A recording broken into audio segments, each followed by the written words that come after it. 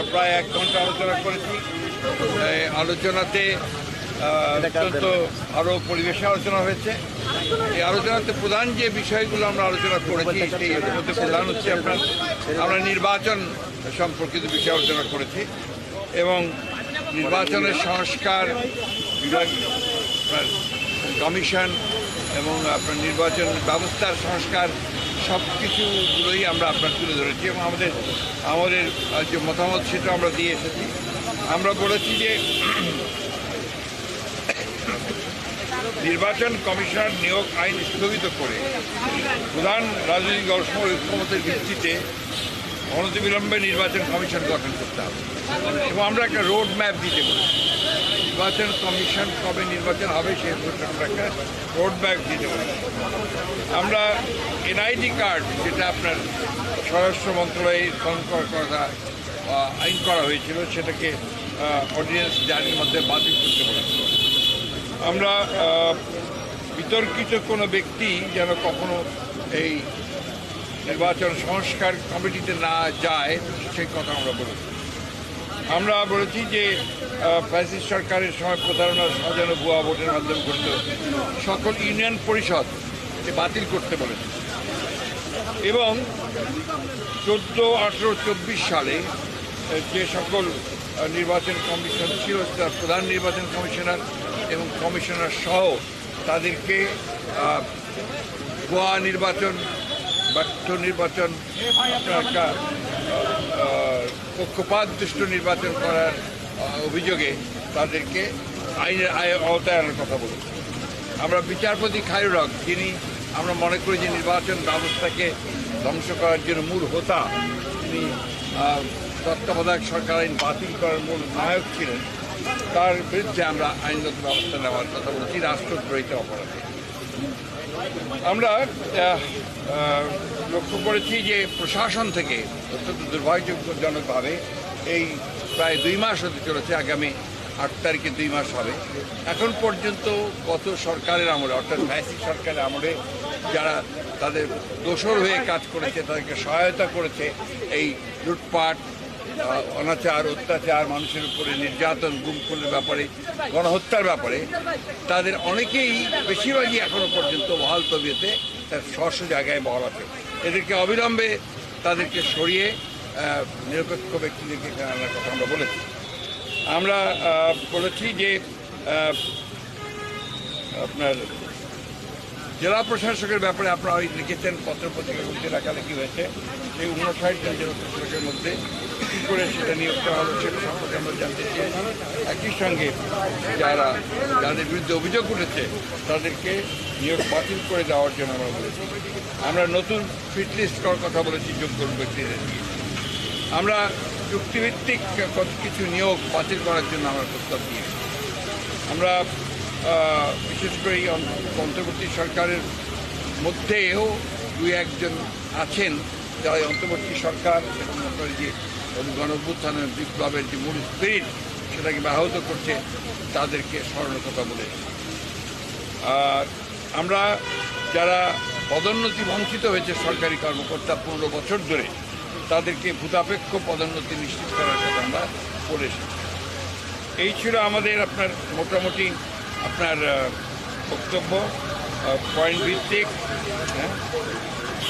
এবং আপনার বিচার বিভাগের ব্যাপারে আমরা খুব পরিষ্কার করে যেটা বলেছি সেটা হচ্ছে যে এই বিচার বিভাগে হাইকোর্ট বিভাগ যেটা এখন পর্যন্ত কোনো পরিবর্তন হয়নি এবং হাইকোর্ট বিভাগের বেশিরভাগ নিয়োগই ছিল কিন্তু আপনার দলীয় ভিত্তিতে এবং প্রায় 30 জন বিচারক বহাল তবিয়তে তারা কাজ করছে এখনও। এদের ব্যাপারে ব্যবস্থা নেওয়ার জন্য প্রয়োজনীয় আইনগত ব্যবস্থা নেওয়ার জন্য আমরা কথা বলেছি। এই কিছু দলকানা বিচারক যারা আছেন তাদেরকে অপসারণ করার কথা বলেছি। আর অতি দ্রুত আমরা পিপিজিপি নতুন নিয়োগ করার কথা বলেছি।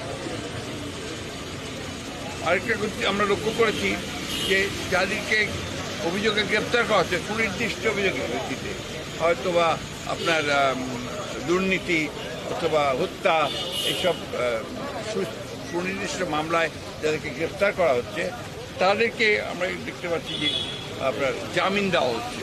এটা অত্যন্ত উদ্বেগজনক বিষয়টা আমরা দেখার জন্য বলেছি। আমরা 2007 সাল থেকে 24 সাল পর্যন্ত 5ই আগস্ট পর্যন্ত আওয়ামী লীগের আমলে দায়েরকৃত সকল মিথ্যা মামলা, গায়েবী, ভুয়া, সাজানো, রাজনৈতিক উদ্দেশ্য প্রণোদিত মামলাগুলোকে প্রত্যাহারের জন্য আমরা নীতিগত সিদ্ধান্ত ঘোষণা ও প্রত্যাহারের প্রয়োজনীয় ব্যবস্থা গ্রহণ করা হবে। কিছু আমলা, কিছু আপনার পুলিশ কর্মকর্তা, কিছু শুনতে পাই কিছু আপনার বিভিন্ন মন্ত্রণালয়ের লোকজনেরা এবং আপনার মন্ত্রীরা তারা দেশ ছেড়ে পালিয়ে যাচ্ছে। কীভাবে পালাচ্ছে, কার সহযোগিতায় পালাচ্ছে, সেই বিষয়গুলো আমরা দেখার জন্য বলেছি। আর একটা বিষয় আমরা জোর দিয়ে বলেছি যে আজকে পতিত ফ্যাসিবাদী ভান শেখ হাসিনা ভারতে আছে। ভারতের থেকে তাকে কেন্দ্র করে তার মাধ্যমে যে সমস্ত ক্যাম্পেইন চলছে, প্রচারণা চলছে, যে অপপ্রচার চলছে, সেই বিষয়গুলোতে পাঠিয়ে জন্য যে সে ভারতে আছে, এই বিষয়টাকে ভারতের সরকারের সঙ্গে আলোচনা করার জন্য এবং তাকে ওই অবস্থা থেকে সরিয়ে দেওয়ার জন্য আমরা সরকারকে অনুরোধ করেছি। তারা ভারত সরকারের সঙ্গে নিয়ে কথা বলছে। সেই সঙ্গে পার্বত্য চট্টগ্রামে যে ধরনের অস্থিরতা সৃষ্টি করার চেষ্টা করা হচ্ছে সেটাও আমরা কিন্তু আপনার বলেছি যে পার্বত্য চট্টগ্রামের ব্যাপারটাকে আরও গভীরভাবে দেখে সেখানে কারা এই ঘটনাগুলোর সঙ্গে জড়িত তাদের বিরুদ্ধে ব্যবস্থা নেওয়ার জন্য আমরা কথা বলেছি। আরেকটি কথা আমি বলি যে আপনার গুমখুনের সঙ্গে যারা জড়িত তারা এখনও ধরাছোঁয়ার বাইরে, তাদেরকে খুব কম, একমাত্র জিয়াউল হাসান ছাড়া আর কাউকেই ধরা হয়নি।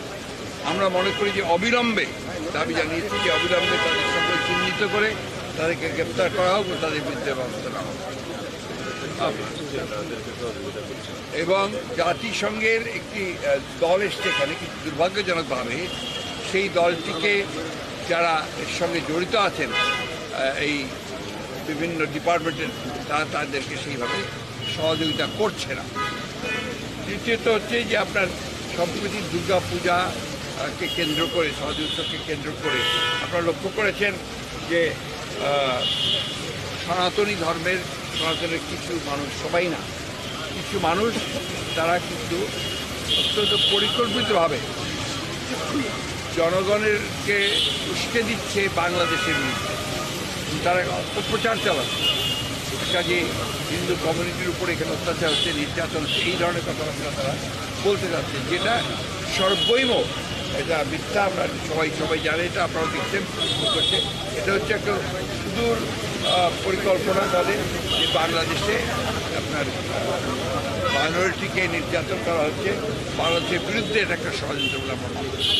এই কথাগুলো আমরা তাদেরকে অত্যন্ত গুরুত্ব সহকারে বিবেচনার জন্য বলেছি, তার বিরুদ্ধে প্রয়োজনীয় ব্যবস্থা গ্রহণ করার জন্য। Thank you.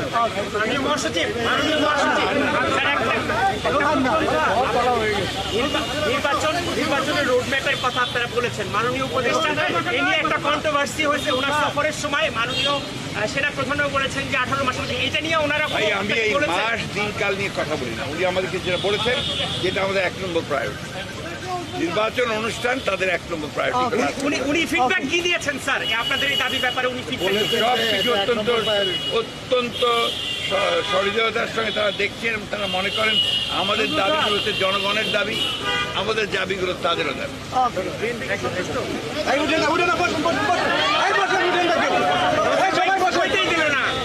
কেউ উঠেন না, মোবাইল